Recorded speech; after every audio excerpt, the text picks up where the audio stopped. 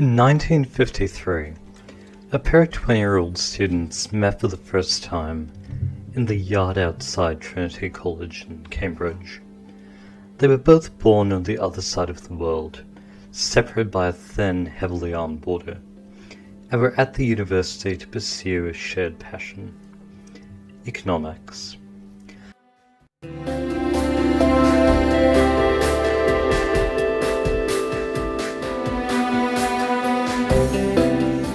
Born during the final days of the British Empire, both Amartya Sen and Mahbub Ul Haq grew up in environments where deprivation was rife and development non-existent. At the age of 10, Amartya Sen witnessed the Bengal famine sweep through his community, killing between 2 to 3 million people. Just a few years later, as teenagers, both Haq and Sen witnessed traumatizing acts of brutality that accompanied the partition of India and Pakistan that followed their independence. When making the move from India to Pakistan, Haq and his family nearly lost their lives by the religious violence that gripped the region. By the time they finished high school, their experiences armed them with the determination and desire to uplift the communities that they came from. Within weeks of arriving at Cambridge, both Sen and Haq became close friends, spending hours inside their dorms and across the university's many halls, discussing everything from religion to economics, planning for the development of their homes. When Milton Friedman visited the university during their first year, Haq and Sen spent hours defending the merits of Keynesian ideas around social welfare, as the group spent an afternoon drinking tea. Upon graduation, Sen stayed on in Cambridge, working on a PhD in developmental economics under the supervision of the prominent post-Keynesian economist Joan Robinson. Haq, on the other hand, moved to the United States, where he completed his graduate education at Yale University, before returning to Pakistan in 1957. Not long after he got back, Haq joined the Planning Commission of Pakistan, helping the young country's economy to grow. For the first few decades of his career, he was guided by broadly mainstream economic ideas when crafting policies that were built to maximize the country's productivity. In this regard, he was immensely successful.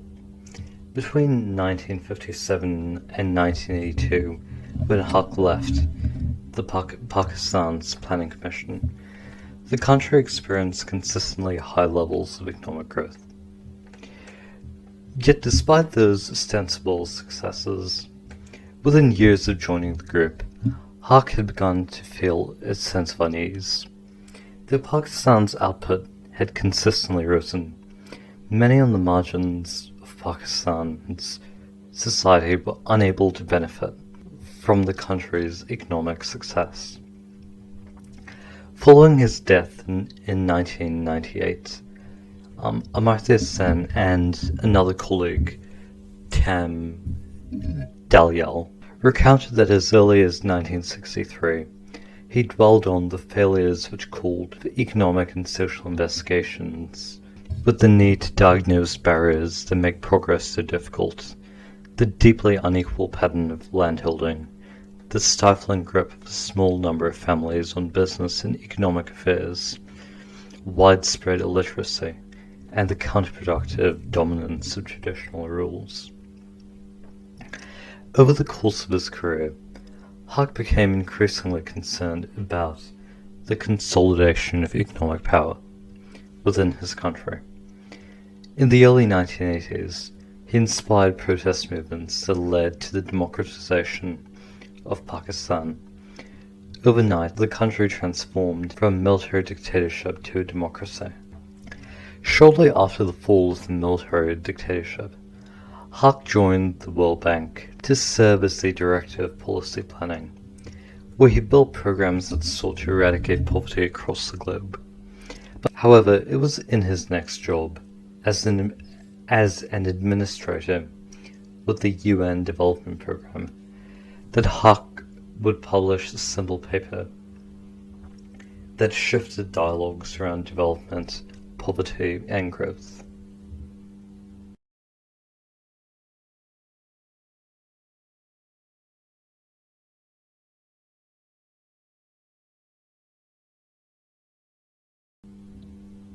On the 5th of October, Rethinking Economics New Zealand will be hosting a discussion with Dr. Marilyn Waring on feminist economics.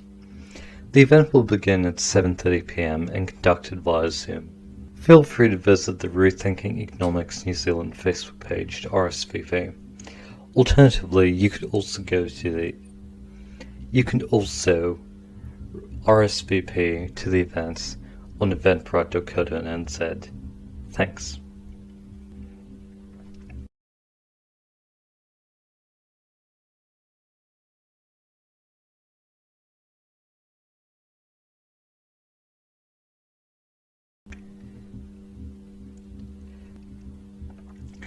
When Mahbub Ul Haq joined the UNDP in the late 1980s, Amartya Sen had just moved to the United States to serve as an economics professor at Harvard University, where he was working to create a new theory of international development.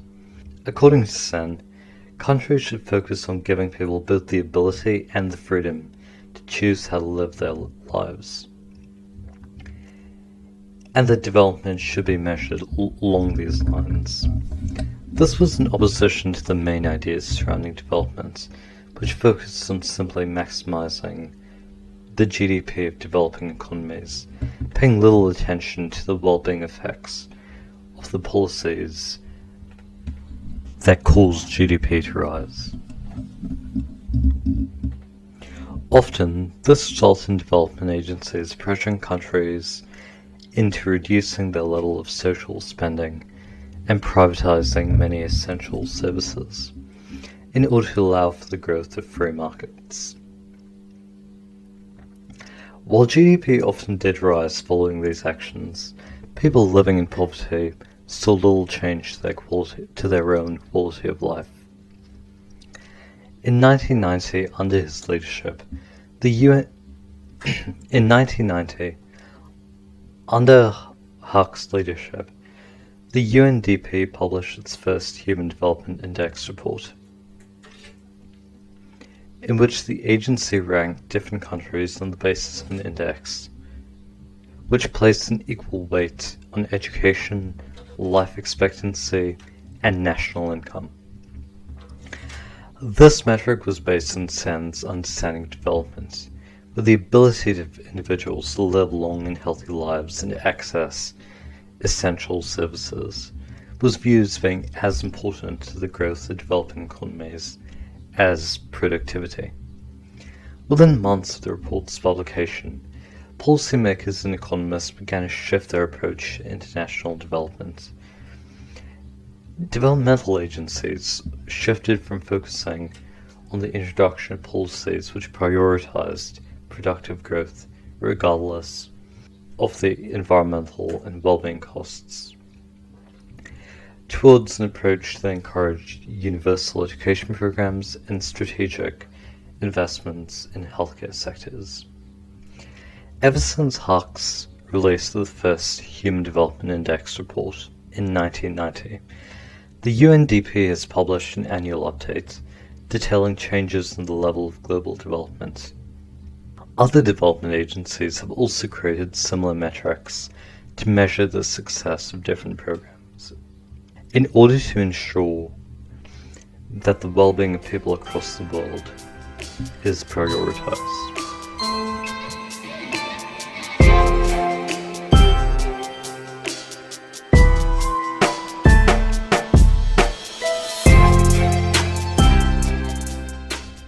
I hope that you enjoyed the latest episode of The Road to the Modern Economy.